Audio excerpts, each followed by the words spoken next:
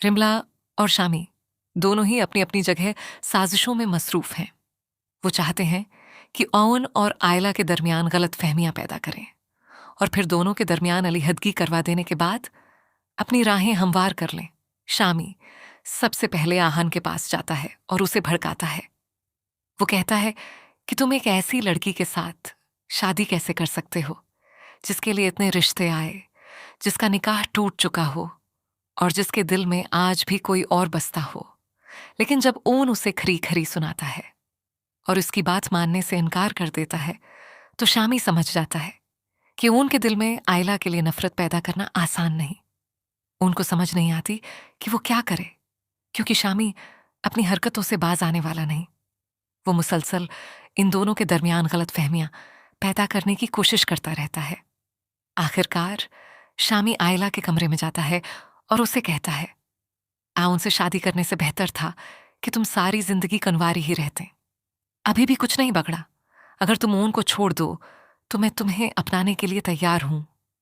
ये सुनकर आयला गुस्से में आ जाती है और कहती है, तुमसे तो मैं किसी भलाई की उम्मीद ही नहीं रख सकती। ये सब कुछ तुम्हारी वजह से हुआ है। काश तुमने उस दिन सबके सामने सच बोल दिया होता कि मैं गलत नहीं हूं, बदकिरदार नहीं हूं और ये बच्चा तुम्हारा है, तो शायद आज मेरे साथ ये सब कुछ ना होता। ये कहकर वो शामी को धक्के देकर अपने कमरे से निकाल देती है और खबरदार करती है कि आइंदा कभी उसके कमरे में आने की कोशिश न करे। दूसरी तरफ रिमला भी अपनी जद पर कायम है कि वो किसी सूरत शामी को अपना शौहर तस्लीम नहीं करेगी। वो अपनी फूफी के पास जाकर साफ लफ्जों में कह देती है, निकाह हो चुका है, लेकिन रुखसती के बारे में सोचेगा भी नहीं। मैं किसी कीमत पर आपकी बहू बनकर इस घर में नहीं आऊंगी। मगर फूफी के फैसले के आगे उसकी एक नहीं चलती और बिलाखिर उसे रुखसत होकर शामी के घर जाना पड़ता है। फूफी को यह भी डर है कि कहीं रिमला अपने रवैये से शामी के साथ ताल्लुकात खराब ना कर बैठे और फिर माँ बेटे को फैक्ट्री से भी हाथ धोना पड़ जाए। लेकिन उसकी तमाम मंसूबाबंदी नाकाम हो जाती है। रिमला शादी के बाद भी खुद को नहीं बदलती, बल्कि पहले से ज्यादा सख्त रवैया अख्तियार कर लेती है, क्योंकि उसने फैसला कर लिया होता है कि वो शामी को इतना जलील करेगी कि वो खुद उसे छोड़ने पर मजबूर हो जाए। आखिरकार ऐसा ही होता है। शामी रिमला से तंग आकर उसे तलाक दे देता है, जिसके नतीजे में वो फैक्ट्री से भी महरूम हो जाता है। फैक्ट्री से हाथ धोने के बाद उनकी माली हालत भी खराब हो जाती है और तब उल्फा को एहसास होता है कि उसने कितनी बड़ी गलती की थी। इधर आउन और आयला अपनी जिंदगी की नई शुरुआत करते हैं। आयला दिल से आउन को कबूल कर लेती है और उसे यकीन हो जाता है कि आउन एक निहायत अच्छा और मुखल्लिस इंसान है। आयला की मोहब्बत पा लेने के बाद आउन खुद को मुकम्मल महसूस करता है।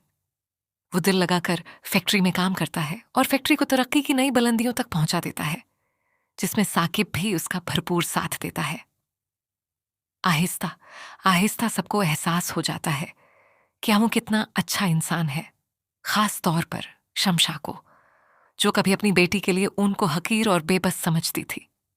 अब वो खुद मानने पर मजबूर हो जाती है कि उसकी बेटी के लिए शामी से कहीं बेहतर ओन है।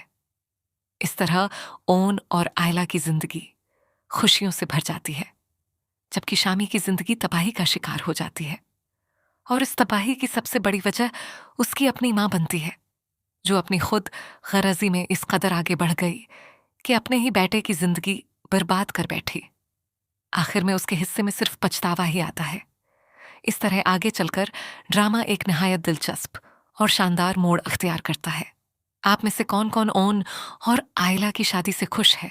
अपनी राय का इजहार कमेंट्स में जरूर करें। अगर वीडियो पसंद आए तो उसे लाइक करें और हमारे चैनल को सब्सक्राइब करना हरगिज ना भूलें।